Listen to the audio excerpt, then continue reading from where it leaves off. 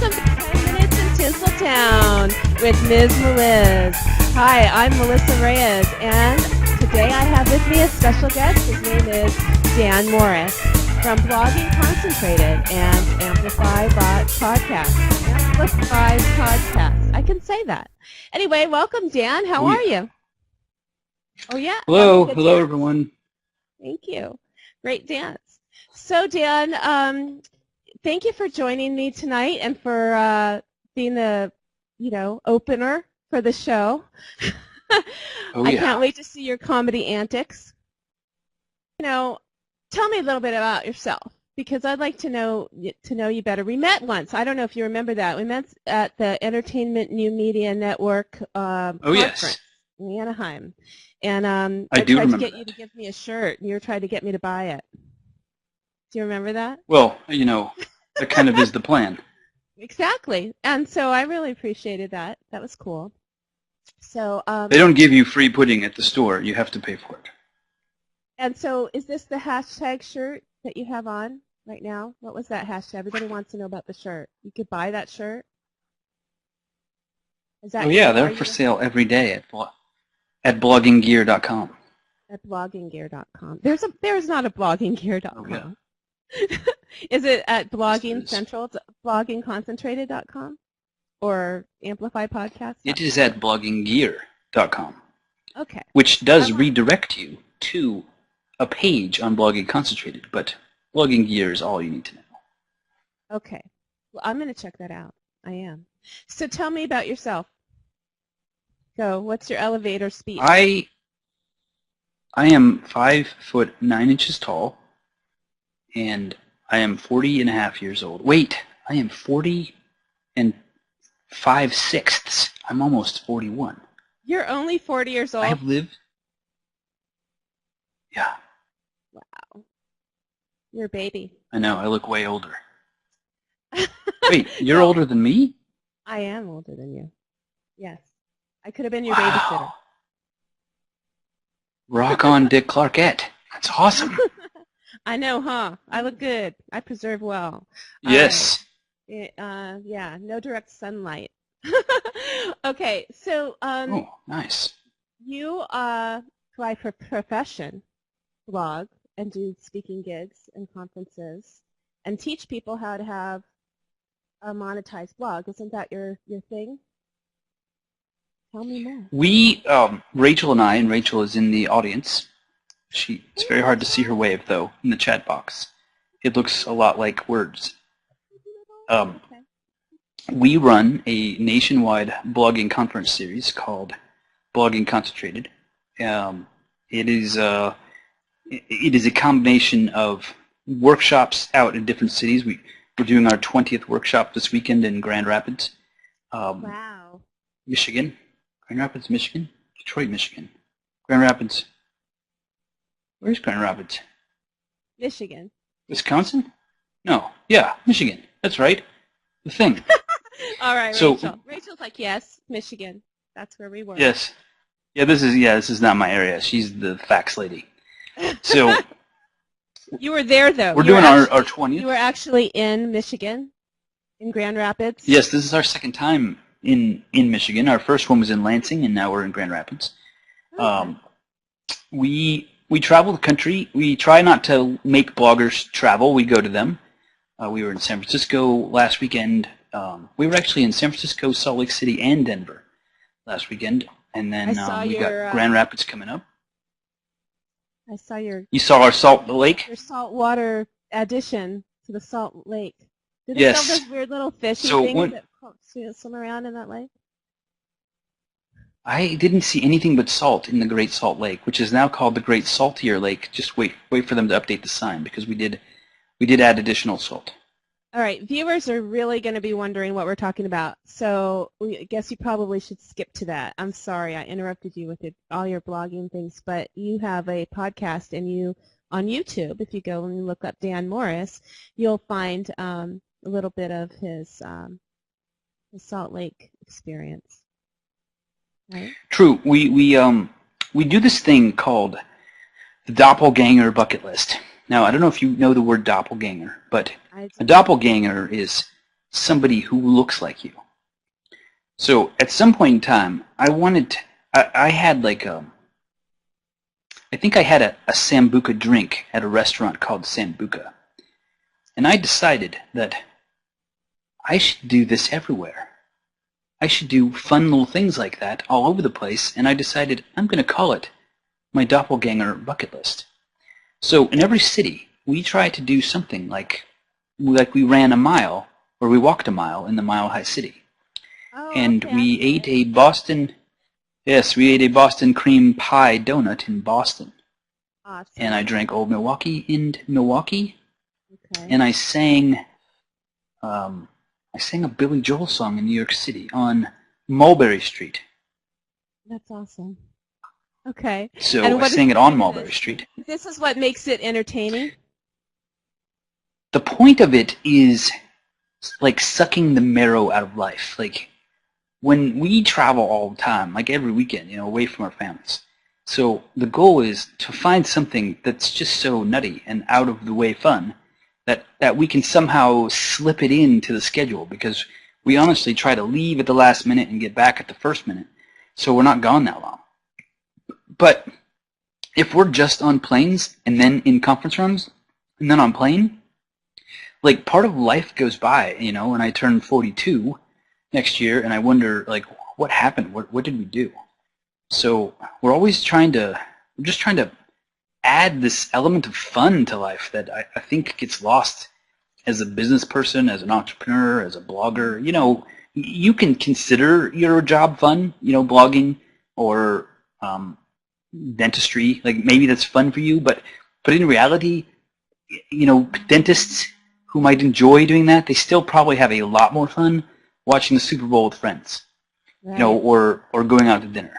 So we just try to add just some fun back into life, and we share it, and somehow it's grown where people kind of expect it, and they wait for our ridiculousness in each city. And when Rachel asks, on the event pages, what should we should do, that's usually our most engaged page or question. People are throwing things out left and right. Like we were going to be in Milwaukee, and people were talking about Laverne and Shirley and Schlitz and drinking Old Milwaukee and eating cheese curds, and it just kept going on and on and on. So it's something outside of business that's fun, that my kids like to watch the little videos and stuff. So it's just fun, But Yeah. we just don't have enough fun anymore. Life should be fun. I noticed that on your Amplify podcast description about how you're kind of taking blogging concentrated to blogging celebrated. And I really like that. I think that's why I'm doing this podcasting, because I just want to do what I like to do and not have to be representing people all the time. I'll tell you, the Amplify podcast is not like anything else that we do. It is, we find the most interesting social media, blogging, podcasting headlines that we can find. And I would say that we do like 2 hours of research for a 15-minute show, just to find cool stuff. And our goal is always, like, what is some awesome app that you need to know about, or what company did Dropbox buy today, or what's going on with Facebook that you should know about that people aren't talking about on Facebook already. And then we try to find a blogger, a vlogger, a podcaster who's done something cool, something extraordinary. They're getting on TV, or they won an award, or or the guy with the potato salad Kickstarter campaign. He makes $35,000. Trying to raise enough money to make potato salad. Okay. So we try to have as much fun with the podcast as we can, and the idea is if our personalities, if we can have fun with it and it's entertaining to you and you'll subscribe to it, then we have a chance to reach an audience that we couldn't reach on our own just by doing the workshops and being on Facebook and doing SEO. Like, this is an opportunity to meet a different group of people that we didn't have a chance before. It's brilliant and fun. I mean, just sometimes we get so serious with ourselves, and take ourselves too seriously. So I think it's pretty cool. I listened to a couple. I really liked it. And why did you go with podcasting? A couple. I know. I'm sorry. I'm busy at work. We're on episode 37. With every endeavor, whether it's blogging or podcasting or whatever it is, there's a learning curve, and there is a point in time when you don't know how you're going to make it work. You know, with every business, how are we going to push through this point? Right. And we get to the point where we're like, well, I've already emailed everyone, and I've already posted it on Facebook twice, and I've tweeted it, and I've done all these things, and then, like, what do I do now? And this is the moment in time when the cream starts to rise to the top, because a certain percentage of people decide, I gave it my best, and it didn't work, and they give up. And there are a lot of podcasts, you know, and blogs that last a very short period of time, and then they just disappear. So sometimes you just have to push through. You got to be really creative. You know, with our blogging concentrated events, you know, it's hard to get 30 bloggers to show up at 20 different events around the country when we don't live in 30 different places and we don't know about 30 different venues and what street it's on and what blogging networks are there. But I mean, you gotta Google people's names, like, you know, who are the people in the town, who are the podcasters that are talking about the same topics you are. You gotta write them and say, hey, can I be a guest on your show? This is what I'd like to talk about. This is what value I can bring to your audience. And you really gotta push. We at Blogging Concentrated, one of our mantras is we do a big section on speed bumps, and you know, bloggers and podcasters, we run into speed bumps all the time. Mm-hmm. And for a lot of people, the speed bump is the end. It's, you know, people complain about Facebook reach right now, and for a lot of people, they've already given up. They've already decided, I'm not going to ever increase my reach there unless I pay for advertising, so I'm just going to work on Pinterest.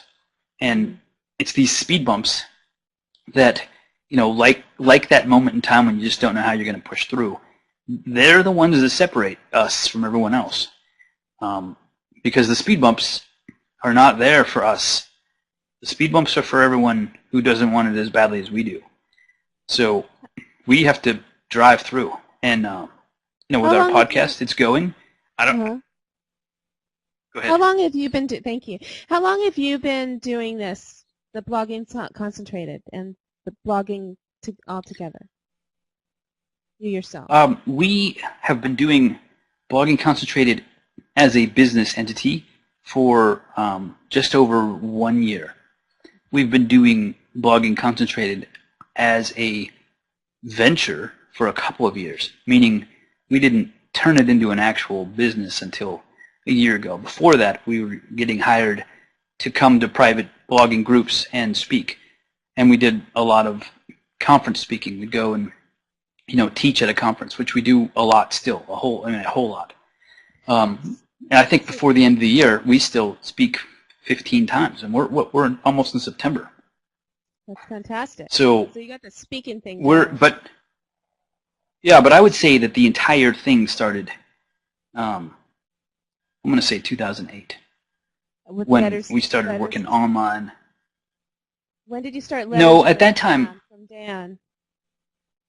I think I started Letters from Dan in 2010, maybe 2009. 2009. In fact, I know it was 2009. So I guess the whole thing started in 2006. Maybe I got to back that up. And at that point in time, I was working for a TV and radio infomercial company where we were selling an antioxidant nutritional product in 30-minute long-form TV and radio infomercials. And we were driving that traffic to the web, where I started working on the website and figuring out conversion and what works and what doesn't work, and making that happen. And some other people noticed that what I was doing was working, and they asked me to help. And then there was a point in time where I spoke at a blogging conference. I don't remember why, but I spoke at a blogging conference, and it was a month later, 2 months later, 2 weeks later, I got a letter from somebody who said her husband quit his job after they took all our advice, and they were making more money, and they were finally living their dream. And that was the moment when I realized that increasing the percentage of sales for infomercial companies wasn't nearly as awesome as having somebody quit their job so they could work from home. Yeah. So we did a 180, and left that and started working with bloggers. That's fantastic. And what roadblocks or speed bumps have you hit personally with your venture here? So I hit them regularly. I think we're at one right now. I like to tell the story of a very, very little one, and I think everyone can grasp the concept. But for a long time, I did not know how to have Dan at lettersfromdan.com email address. I didn't know how to have my own email. I knew how to have a website, but I didn't know how to make my own email. And I made business cards with my Hotmail address, and then I went to a conference, and a buddy, Mike, who works on our team, he set me up with an email address in like 3 minutes. And I didn't know how easy it was. I just had no idea. But because I didn't know how easy it was and thought that it was harder than it was, I didn't do it. I didn't pursue it. And for at least a year, I had what I would consider today quite an unprofessional business card with a Hotmail address on it. And for something just so small, it was just this tiny little speed bump that I did not overcome. And then when Mike helped me get that set up, and I realized, wow, how many things in my life do I have this attitude where I don't even think about it? I just am not doing it because I think it's probably harder than it is. It's hard to identify those things, but we run into those things all the time. So my little email thing is always that little reminder that, you know what, I should probably just figure out how to do it because it's probably way easier than it sounds. And even, now we're just trying to figure out how do we take the business to another income level. We have, Rachel and I both have families that we support, and the business really has to, be profitable for both of us who, we both work full time on the business. So we're at that point where we're thinking, all right, what? Let me just clarify. This is your full-time job. Oh yeah, you don't both have of us. Other full-time jobs. This is your full-time job. No. Okay. This is what we do. We help people. Supporting your family by having your conferences and consulting, blogging. Yes. All your platforms. And are yes, you we have a. Does your income come from speaking mainly, or your consultation? The income comes from the events. I would say mostly from consulting and services. We do a lot of website reviews where we go over everything in your business, your social media, your messaging. Are you bringing the right people to the table? Are those people converting? Do you have your sidebar set up right? Is your design good? Is your focus good? The whole thing. I would say that's probably our primary income source. And then after that is we have a membership academy called BC Prime, where we provide, monthly we provide a ton of material for the membership to learn how to be better bloggers, but really how to be better business owners. And this week we're starting a program called Video Riser, where we're teaching everything you need to know about YouTube. Every kind of monetization source, how to set it up, the annotations. What's that one called? All that kind of stuff. So, it's called Video Riser, and it's part of the membership, BC Prime. You can pay $97 if you want, but it's only $49 a month. So I'm not sure why you would pay $97 for it. It's part of the membership. Okay, I'm gonna have to look into that. Video Riser looks interesting. I have some questions for you from the group. I have what makes your blog, or what makes Blog Concentrated different from other similar businesses? What makes you stand out? We don't really know of similar businesses at this point. There's a lot of blogging conferences, and there's a lot of sites that teach you how to blog, I suppose. We focus almost all our energy on people who are already making money. They're experienced bloggers. They're doing some things. We don't help you set up WordPress. We don't tell you what a plugin is. We don't do any of those kinds of things that most of the conferences will have. If you come to a Blogging Concentrated event, we don't have any topics that are generic or basic level. They're as deep as you can get in the blogging community. We're really talking about, we're talking about persuasion and copywriting and We're talking about what makes the video go viral and how to actually create, videos that a sponsor will want to be in front of. Not how to use a camera, not how do you put a white background in behind your food, and none of the generic general stuff that you get everywhere. Right. We focus primarily on how do we take a blogger who's serious and make them professional. And what's the picture of a professional blogger? What would a professional blogger? I mean, what brings you to that level? Well, a whole lot of even the people who are professional bloggers now that are making good money. We have a lot of clients that make $500,000 a year on their blog, and to some degree, we try to turn those blogs into something a little bit different, because there isn't a way to retire as a blogger. So if you're making a really, really good income on ads, then your exit strategy, your retirement strategy, is either selling your site and getting a multiple, or having a really good financial guy to help you plan out your income so that it can make it through whenever you get tired of blogging, basically. So we really try to move bloggers who are making money to models that work. Models like making sure that you collect your email addresses and you have a list and you stoke the list and you sell products and you create cheerleaders, and the cheerleaders, they're the ones who help you with the SEO and they help bring people to the site.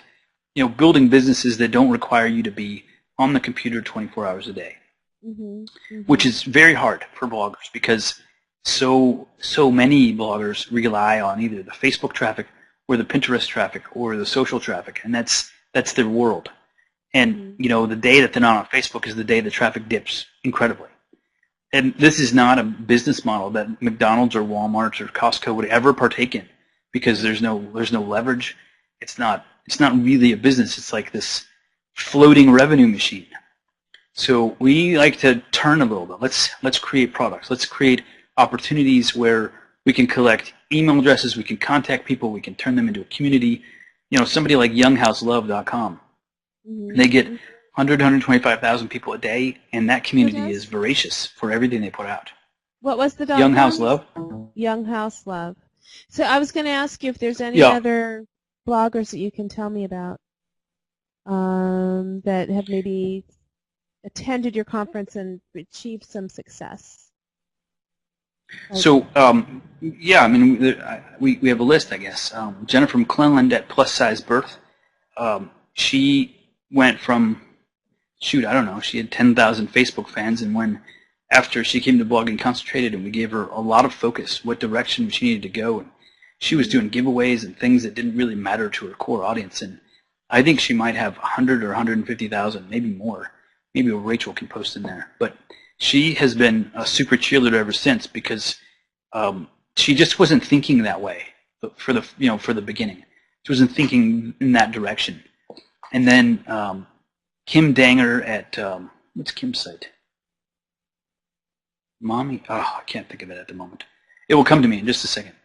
Okay. She's been running a forum and a kind of a mommy blogger style site for a long time, and it wasn't her passion. And so she just got really inspired after we talked about the long-term dream and how do we turn it into a business that works.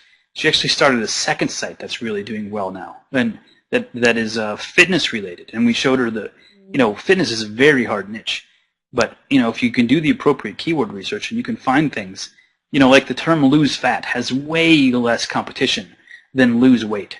So if you can write articles about lose fat, there's just not nearly the competition for the SEO.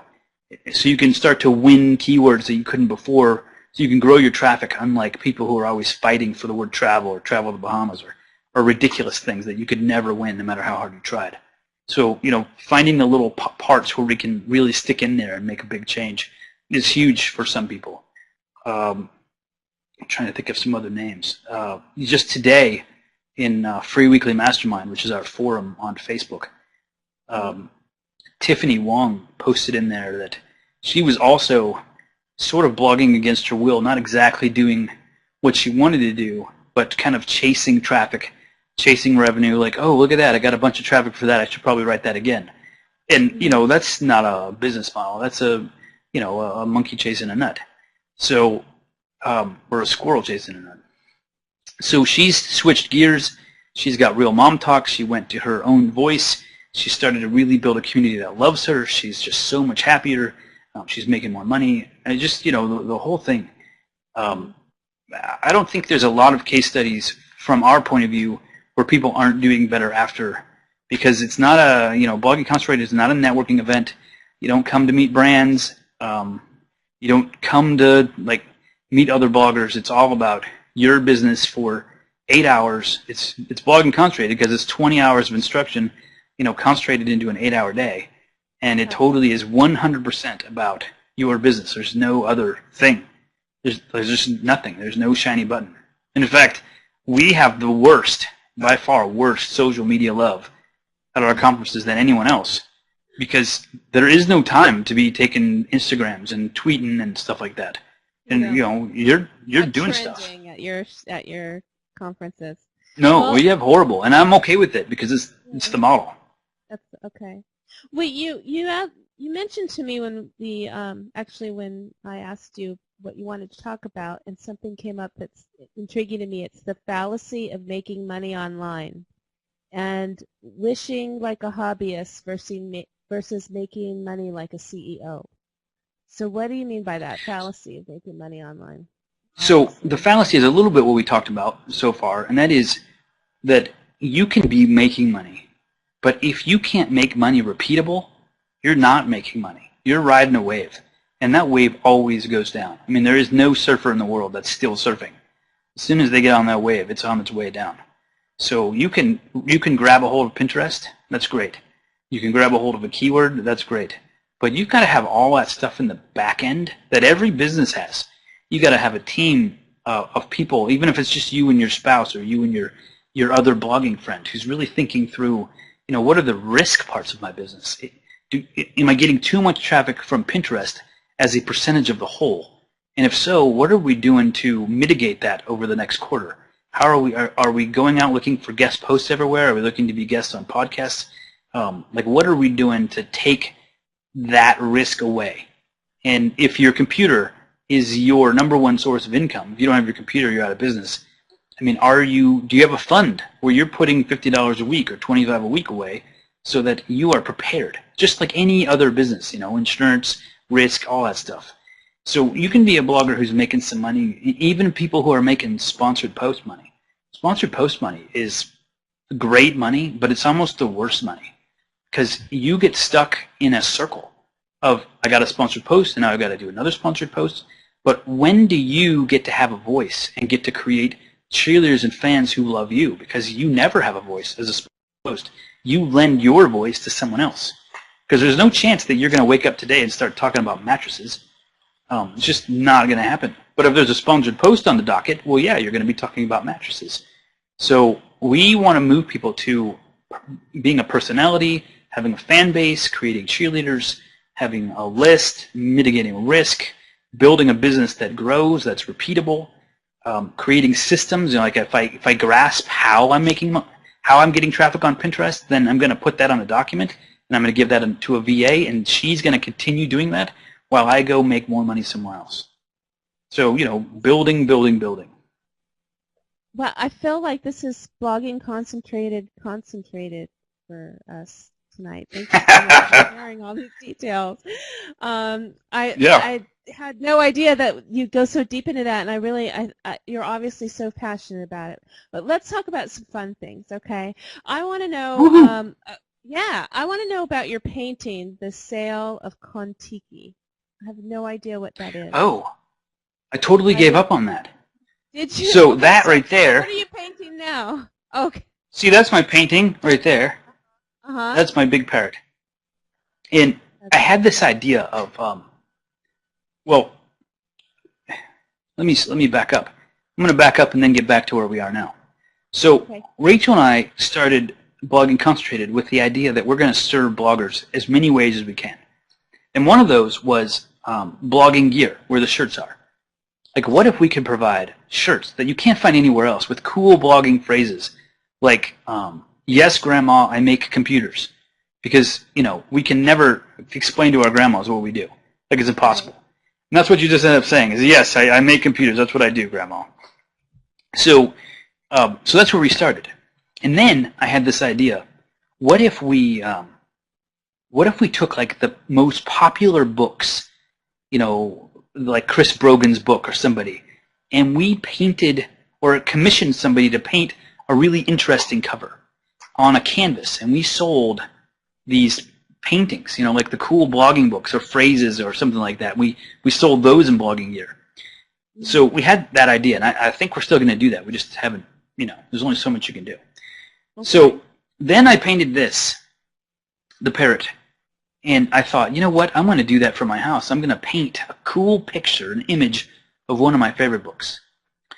So I got the idea of Kon-Tiki. Kon-Tiki is a story that Thor Heyerdahl wrote in, I think, 1930, about a guy who tried to travel from the coast of South America to Polynesia without anything, no engine. He was just going to drift because he believed, and this is a true story, he believed that Polynesia was populated by people from Ecuador, from South America. And nobody else believed him because they didn't think there's any way you could possibly get there. There weren't sailboats. There wasn't that kind of technology. So he built a boat like they would 1,000 years prior, a big wood boat, and then he just pushed off the shore, and they drifted for 120 days to Polynesia. Like, they just drifted. They did have a little sail, and it caught some wind, but they didn't have any. They didn't have any sailing technology or udders or rudders or anything like that. So they made it. And it was this unbelievable, crazy story of adventure. And I thought, you know what, I'm going to paint that. I'm going to paint the sail of that ship because it's got a cool image on it. So I did. I started it. And then I got, I don't know, a quarter of the way through, and I looked at it. And I realized something about myself that I didn't know that I would know. And I looked at this, and I realized that this painting of the parrot has an element of whimsy to it, with the giant beak and stuff. And I really gravitate toward this element of whimsy. And in this big sail, which is a really neat story, there was no whimsy. It was just a cool sail. It was a really neat thing. And I'm halfway done, and I realized, wait, this is not me. This is not what I would paint. This is not what I like. So I ditched it. I just tossed it. I realized this is not what I want. So now I'm going to paint something else entirely. I don't know what it's going to be, but it's going to be more fun, more whimsical, and more makes you smile kind of thing. And I thought the idea of Kon-Tiki in the end made you think and made you, got your heart pumping, but it didn't make you smile. So I dropped it. I'd rather blog about my love where I think that I would have a different tone, but I want color and whimsy in the house. I want to wake up. I want to see something. I want to smile. I want the kids to smile. I want there to be fun. I don't want there to be that, that other part where you read the book and you realize, wow, that's awesome. Because that's not making you smile. That's just making you think, wow, that's awesome. Yeah. I want happy. That's awesome. Yeah, I just moved and I have a lot of happy colors. Yes. I like it. I like the colors in your at some point last year. That's yeah, a toucan, I'll tell right? you, I have a Pinterest board. I think everyone on the planet should do this, by the way. I started a Pinterest board called Art. And I just pinned cool things that I liked, cool pieces of art.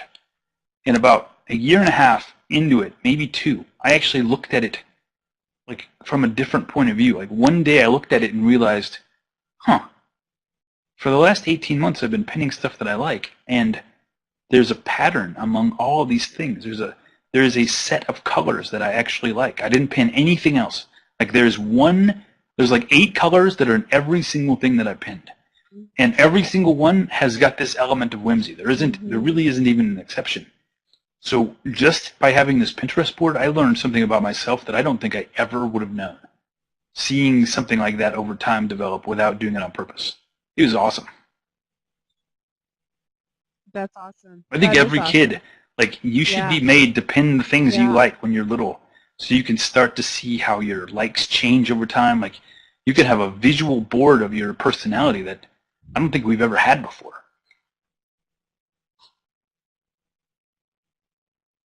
I think that that's pretty neat that you can identify with that, because I'm a saver, so I have a lot of things from my youth, and I know I could circle back and understand like why I still like those things. But I don't think a lot of people and of the male persuasion particularly really are in touch with that. And so you have a real neat understanding of Well, yourself. I've lived That's in pretty cool. I've lived What in else do you like? 17 states, and I moved. I moved. I don't know, Really? every 2.5 years, my entire life, and maybe 3. And I'm not a saver because I haven't been able to. You know, we were always moving. You couldn't have too much weight. You had to get rid of stuff. So I really, really cherish my photo albums. I'm still the one in the family that does the photo albums at the end of the year. And Yeah. I'm slowly transitioning those photo albums to digital because I know they're not going to last. And I'm most worried that there's going to be a fire someday and I'm going to lose that. And that's really going to bug me. I don't really care about any of the other stuff at all. Like there isn't anything in the house except my kids and my wife. I don't even care. So, all right, Dan, what about your favorite Hollywood hotspot? I mean, you said you haven't spent much time in Hollywood. You know, what do you think of when you think of Hollywood? I'll tell you what. Where to hang out? I think that That's cool. Nashville, I mean, we have so many stars here without any paparazzi at all. Like, I see Nicole Kidman monthly, like just hanging out at Whole Foods and stuff, and Scott Hamilton, and you know, we have a lot of celebrities here. You know, we've got the show Nashville that's filmed here, and those people are just walking around, and nobody in this town bothers celebrities in any way. Nobody even approaches them. You just eat, and you don't go around them. You take a picture from afar. I think that this is a great place for celebrity watchers, you know, people who want to get close to stars and stuff that nobody really talks about. We have a lot here, and I think they move here, you know, especially country music. But I think a lot of them move here because, one, it's a beautiful countryside, and you can get a lot of land compared to LA. But another one, they just don't get bothered, ever. It's bizarre to me. And now you're blowing it for them because you're telling everybody. Yeah, but the thing is, if you remember Giuliani ran New York City for a while, and he somewhat, to some degree, reduced the crime rate by this principle that I think will be upheld in Nashville. And his principle was graffiti could not last one day. Every single day in New York City, when Giuliani was mayor, if he saw graffiti, it had to be removed that day. It had to be painted over, because graffiti besets graffiti. So I think no matter who comes to Nashville, when you see that nobody else bothers the celebrities, it's not possible. You can't. You'd be an outcast. I think the culture itself will protect them. Hotspot is Nashville to see the stars. And we can catch you on amplifypodcast.com and bloggingconcentrated.com and Dan R. Morris at Twitter. And anything else? Dan R. Morris everywhere. Excellent. Or Ms. Meliz everywhere. And thank you so much for joining me. Let's dance it out, Dan. We're going to dance it out. Ready? Come on, it's like techno. Yeah. Thank you for joining me on 10 Minutes in Tinseltown. Dan Morris, you've been a great guest. I've enjoyed talking to you. We'll see you next week on 10 Minutes in Tinseltown with Ms. Meliz. I'm Melissa.